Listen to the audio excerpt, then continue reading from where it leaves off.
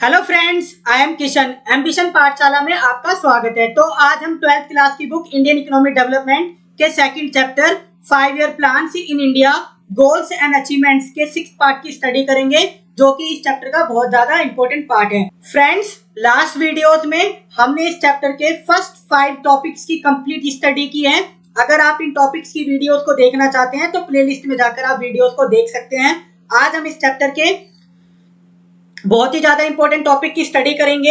Features of economic policy pursued under the planning till 1991, मतलब 1991 तक जो नियोजन के अंतर्गत अपनाई गई आर्थिक नीतियों की विशेषताएं थी, उनके बारे में हम डिटेल में स्टडी करेंगे। तो गाइस स्टार्ट करते हैं। फ्रेंड्स, 1991 से पहले जो इंडिया के अंदर इकोनॉमिक पॉलिसीज थी, मतलब आर्थिक नीति थी, वो पब्लिक सेक्टर के ऊपर ज्यादा भरोसा करती थी। पब्लिक सेक्टर मतलब सार्वजनिक क्षेत्र। तो जो पब्लिक सेक्टर था उसके अंदर जितनी भी इंडस्ट्रीज आती थी वो पूरी तरीके से गवर्नमेंट कंट्रोल में वर्क करती थी। साथ ही साथ गवर्नमेंट जो प्राइवेट सेक्टर की इंडस्ट्रीज थी उनके ऊपर सेवरल रिस्ट्रिक्शंस लगाती थी, उनके ऊपर बहुत सारा नियंत्रण करती थी सरकार। इसके पीछे सरकार का एक उद्देश्य था, मतलब सरकार को दोहरी नीति क्यों अपनानी पड़ती थी, डिस्क्रिमिनेटरी पॉलिसी क्यों अपनानी पड़ती थी। इसके पीछे सरकार का उद्देश्य था कि अगर पब्लिक सेक्टर की ग्रोथ होगी, डेवलपमेंट होगी, उसको स्ट्रेंथनिंग किया जाएगा तो उससे इंक्लूसिव ग्रोथ प्राप्त होगी। ग्रोथ एंड डेवलपमेंट में सब लोगों का पार्टिसिपेशन होएगा, इनइक्वलिटी को कम किया जा सकेगा। और अगर प्राइवेट सेक्टर की ग्रोथ होगी तो उससे इकोनॉमी के अंदर एक तरीके से मोनोपोली क्रिएट हो जाएगी, उससे इकोनॉमी के रिसोर्सेज कुछ चंद लोगों के हाथों में पहुंचने लगेंगे। तो इसलिए सरकार जो प्राइवेट सेक्टर था उसके ऊपर सरकार कंट्रोल करती थी और पब्लिक सेक्टर को प्रमोट करती थी, स्ट्रेंथनिंग करती थी। तो गाइस, हमने 1991 से पहले की इकोनॉमिक पॉलिसीज को समझने के लिए हमने उसे 9 पॉइंट्स में डिवाइड करा है। तो गाइस, इन 9 पॉइंट से आप समझ पाओगे इंडिया के 1991 से पहले की जो इकोनॉमिक फीचर्स थे उसे आप बेहतर तरीके से समझ पाओगे। तो गाइस, एक एक करके इन पॉइंट्स की स्टडी करते हैं। First point, heavy reliance on public sector. तो मैंने गाइस बताया 1991 से पहले जो इकोनॉमिक पॉलिसीज थी वो बहुत ज्यादा भरोसा करती थी पब्लिक सेक्टर के ऊपर। तो गाइस, इस पॉइंट को समझते हैं। Economic policy prior to 1991 indicate heavy reliance on public sector in the industry policy. तो इंडस्ट्री पॉलिसी के तहत पब्लिक सेक्टर को ज्यादा भरोसा दिया गया, इसके ऊपर ज्यादा विश्वास रखा, ट्रस्ट रखा। तो इसके पीछे भी कुछ लॉजिक्स थे, आगे बताऊंगा मैं। तो फर्स्ट पॉइंट, तो गाइस जो 1956 में जो एक्ट था आईपीआर, इंडस्ट्री पॉलिसी रिजोल्यूशन, मतलब औद्योगिक नीति प्रस्ताव, इसके तहत 17 industries were reserved for public sector. तो गाइस, इस पॉइंट को समझते हैं। इंडस्ट्री पॉलिसी रिजोल्यूशन जो कि 1956 में आया, इसके तहत 17 industries were reserved for public sector. तो गाइस, जो आईपीआर की जो पॉलिसी थी उसके तहत जो 17 कोर इंडस्ट्रीज थी वो पब्लिक सेक्टर के लिए रिजर्व कर दी गई और बची हुई 12 इंडस्ट्रीज वो प्राइवेट सेक्टर के लिए छोड़ दी गई। गाइस, इन इंडस्ट्रीज के अंदर भी सरकार का कंट्रोल था। तो गाइस, सरकार ऐसी डिस्क्रिमिनेटरी पॉलिसी क्यों अपनाती थी, तो इसके पीछे एक प्राइम ऑब्जेक्टिव था। गाइस पढ़ते हैं। It was realised that the objective of inclusive growth of society could be achieved only through a development of public sector enterprise. मतलब जो समावेशी विकास है, इंक्लूसिव ग्रोथ है, वो पब्लिक सेक्टर की डेवलपमेंट के साथ ही अचीव किया जा सकता था। अगर इकोनॉमी के अंदर प्राइवेट सेक्टर की ग्रोथ होती तो उससे इकोनॉमी के अंदर मोनोपोली क्रिएट होती। तो इसलिए सरकार प्राइवेट सेक्टर के ऊपर ज्यादा कंट्रोल करती थी और पब्लिक सेक्टर को स्ट्रेंथनिंग करती थी, उसकी ग्रोथ करती थी, उसकी डेवलपमेंट करती थी। तो गाइस, ये फर्स्ट पॉइंट था। अब second point, regulated development of private sector. मतलब जो निजी क्षेत्र था, प्राइवेट सेक्टर था, उसकी डेवलपमेंट तो की बट नियंत्रित तरीके से। तो गाइस, इसके पीछे सरकार ने 2 एक्ट पास किए थे। जो पहला एक्ट था वो 1948 में आया था और जो दूसरा एक्ट था वो 1969 में आया था। तो जो 1948 में एक्ट जो आया था उसका नाम था Industrial Development and Regulation act, जिसे आईडीआर के नाम से जाना जाता है। इस एक्ट के तहत कोई भी new industry in the private sector could not be established without a licensing and registration। मतलब अगर 1940 एक्ट के तहत अगर कोई नई इंडस्ट्री मार्केट के अंदर स्टैब्लिश होना चाहती है तो उसे पहले लाइसेंस लेना पड़ेगा, रजिस्ट्रेशन कराना पड़ेगा। इसके बिना वो मार्केट के अंदर स्टैब्लिश नहीं हो सकती थी। सेकंड एक्ट की बात करते हैं, monopoly and Restrictive Trade Practices act, जिसे आप शॉर्ट में याद रख सकते हो MRTPA। Monopoly restrictive Trade Practices act, जो कि 1969 में आया था। ये क्या करता था? Place the several restriction on expansion on existing in the private sector, मतलब जो प्राइवेट सेक्टर की एग्जिस्टिंग इंडस्ट्रीज थी उसके ऊपर सेवरल रिस्ट्रिक्शंस लगाता था अगर वो ग्रोथ करना चाहती थी, डेवलपमेंट करना चाहती थी, अपना विकास करना चाहती थी। तो गाइस ऐसा सरकार ने ये एक्ट क्यों बनाए थे, इसके पीछे भी कुछ मोटिव्स हैं, पढ़ते हैं इसको। Regulatory development of private sector was to ensure there was no concentration of economic powers in the private hands large and industries. मतलब सरकार का इसके पीछे एक उद्देश्य था, मोटिव था कि इकोनॉमी के जो रिसोर्सेस है, इकोनॉमी की जो पावर्स है वो प्राइवेट हाथों में ना चली जाए, इसलिए सरकार प्राइवेट सेक्टर की इंडस्ट्रीज के ऊपर बहुत ज्यादा रेगुलेट करती थी, कंट्रोल करती थी। इसके पीछे दो एक्ट थे, मैंने आपको बताया अभी। फर्स्ट एक्ट था Monopoly and Restrictive Trade Practices Act and second था Industrial Development and Regulation Act. तो गाइस हमने इसके अभी 2 फीचर्स पढ़े, अभी 7 फीचर्स रह रहे हैं। आगे चलते हैं फ्रेंड्स, थर्ड पॉइंट की स्टडी करते हैं, protection of small scale industry and regulated of large scale industries. तो फ्रेंड्स 1991 से जो पहले की इकोनॉमी पॉलिसीज थी उसके तहत स्मॉल स्केल इंडस्ट्रीज मतलब छोटे और कुटीर उद्योगों को प्रोटेक्ट किया गया, उनको स्ट्रेंथनिंग करने के लिए उन्हें फाइनेंशियली असिस्ट किया गया, कुछ इंडस्ट्रीज को रिजर्व कर दिया स्मॉल स्केल इंडस्ट्रीज के लिए, और कुछ बोर्ड्स की स्थापना की गई स्मॉल स्केल इंडस्ट्रीज को प्रोटेक्ट करने के लिए। और दूसरी तरफ गाइस जो लार्ज स्केल इंडस्ट्रीज थी मतलब हैवी इंडस्ट्रीज थी उनको कंट्रोल करने के, रेगुलेट करने के लिए कुछ एक्ट पास किए गए। तो गाइस इस पॉइंट्स को और अच्छे से समझते हैं। First point, large scale industries वर regulated through MRTP act. MRTP act का मतलब monopoly and restricted trade Practices act, जो कि 1969 में आया था। इस एक्ट के तहत जो लार्ज स्केल इंडस्ट्रीज थी उसकी इकोनॉमी के अंदर मोनोपोली ना हो, इसके लिए 1969 में एक्ट लाया गया MRTP, जो लार्ज स्केल इंडस्ट्रीज की मोनोपोली को देश के अंदर फैलने से रोकता है। Second point, on the other hand small scale industries was protect from competition, मतलब जो छोटे और कुटीर उद्योग थे उनको प्रतियोगिता से बचाने के लिए, प्रोटेक्ट करने के लिए बहुत सारे नियम बनाए गए। तो गाइस थर्ड पॉइंट समझते हैं, certain area of production were reserved for small scale industries. तो कंपटीशन से बचाने के लिए स्मॉल स्केल इंडस्ट्रीज को, तो उसके लिए कुछ इंडस्ट्रीज को स्मॉल स्केल इंडस्ट्रीज के लिए रिजर्व कर दिया, मतलब छोटे और कुटीर उद्योगों के लिए रिजर्व कर दिया। अब जो स्मॉल स्केल इंडस्ट्रीज के लिए जो इंडस्ट्रीज रिजर्व कर दी गई उसका प्रोडक्शन प्राइवेट सेक्टर नहीं कर सकता था, सरकार खुद भी नहीं करती थी उसका प्रोटेक्शन। तो स्मॉल स्केल इंडस्ट्रीज को प्रोटेक्ट करने के लिए, स्ट्रेंथनिंग करने के लिए financial institutions were developed to fulfil the needs of molecular industries, मतलब जो अभी छोटी छोटी इंडस्ट्रीज है उनको डेवलप करने के लिए फाइनेंशियल इंस्टीट्यूशंस को स्थापित किया गया। और last point, several boards were established to promote the small scale industries, और स्मॉल स्केल इंडस्ट्रीज को प्रमोट करने के लिए कुछ बोर्ड्स की स्थापना की गई, जैसे handloom boards and silk boards. ये सारे ऐसे एग्जाम्पल है, इन बोर्ड्स के माध्यम से जो स्मॉल स्केल इंडस्ट्रीज थी उनके राइट्स को प्रोटेक्ट किया जाता था। तो गाइस ये थर्ड पॉइंट था जिसके तहत हम समझ पाए कि स्मॉल स्केल इंडस्ट्रीज को किस तरीके से प्रोटेक्ट करा गया और लार्ज स्केल इंडस्ट्रीज को किस तरीके से रेगुलेट किया गया। फोर्थ पॉइंट की स्टडी करते हैं, development of heavy industry of strategic significance, मतलब सामरिक महत्व के भारी उद्योगों का विकास। मतलब सामरिक महत्व के जो भारी उद्योग थे वो कैसे होते थे, मतलब जिसके बिना कोई अदर इंडस्ट्री की डेवलपमेंट नहीं हो पाती थी।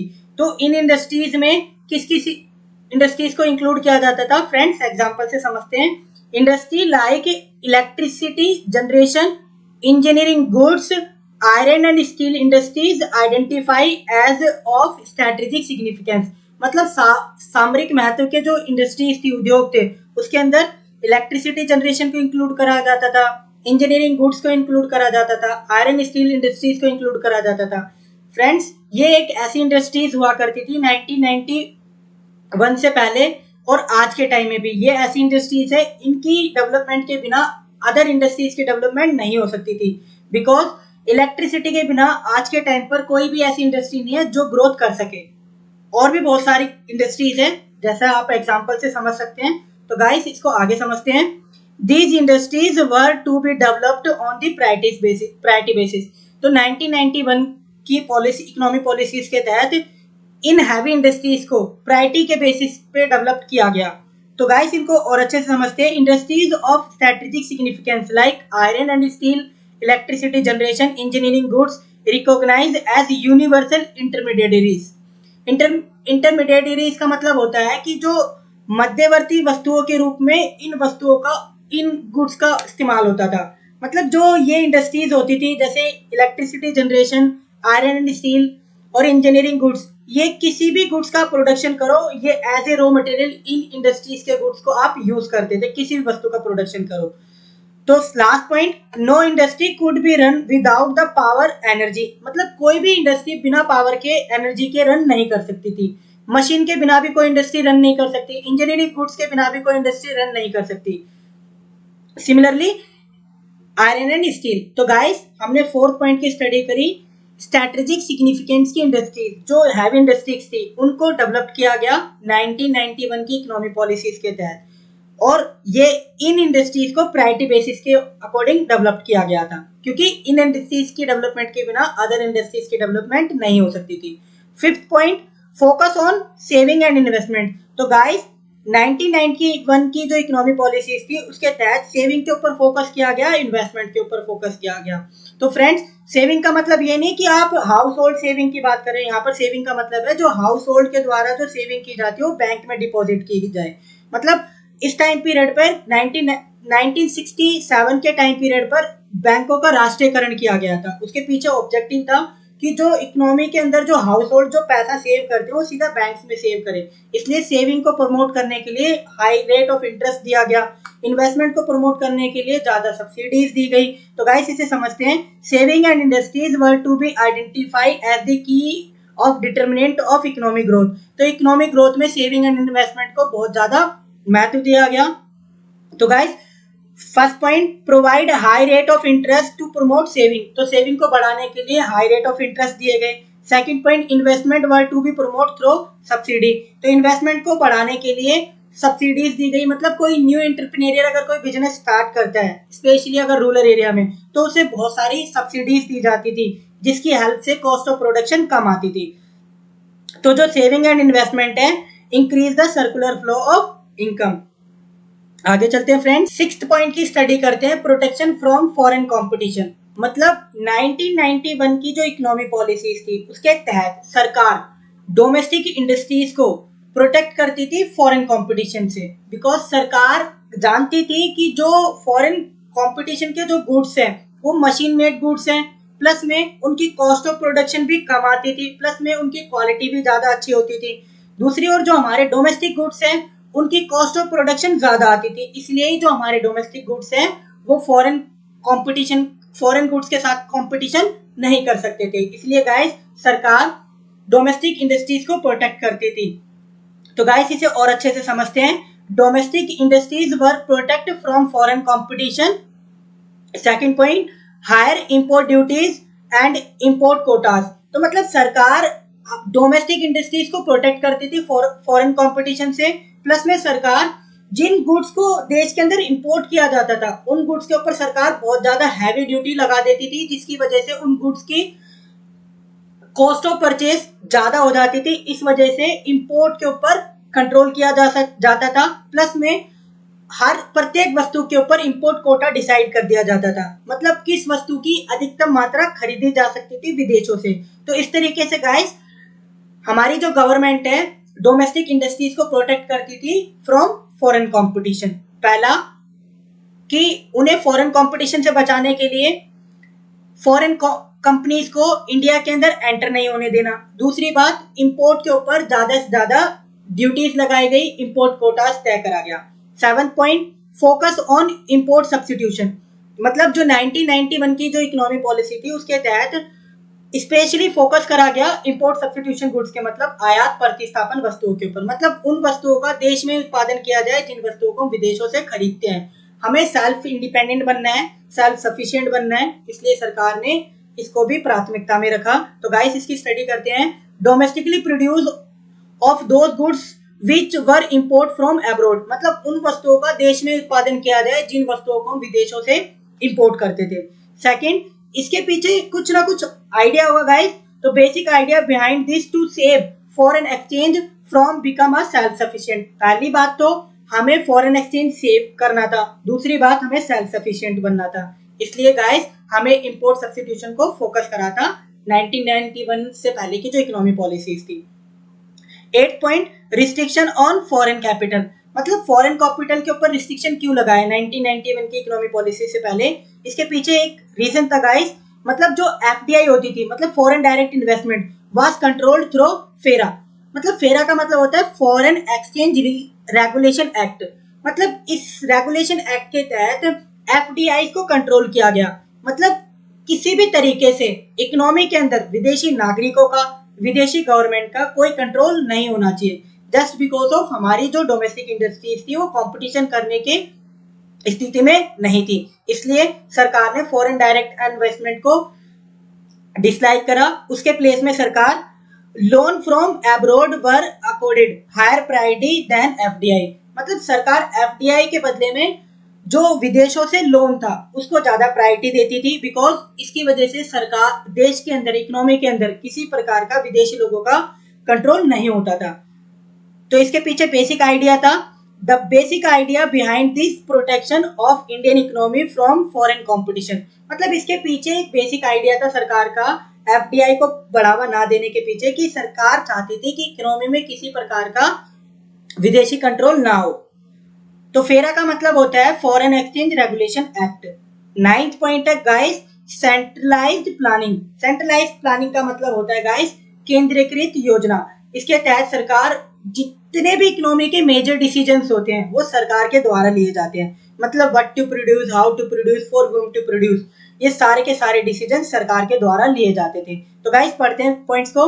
All the core decisions like what to produce, how to produce and for whom to produce of the economy were taken by the government. Economy के जो भी कोर डिसीजंस थे वो सारे के सारे सरकार के द्वारा लिए जाते थे। तो गाइस आशा करता हूं गाइस आपको 1991 से पहले की जो इकोनॉमिक पॉलिसी थी उसके फीचर्स अच्छे से समझ में आए होंगे। फ्रेंड्स, अगर आपको हमारे चैनल की वीडियोस अच्छी लगती हैं तो वीडियो को लाइक करें, शेयर करें, चैनल को सब्सक्राइब करें। For more latest updates please press the bell icon. Thanks to all for watching.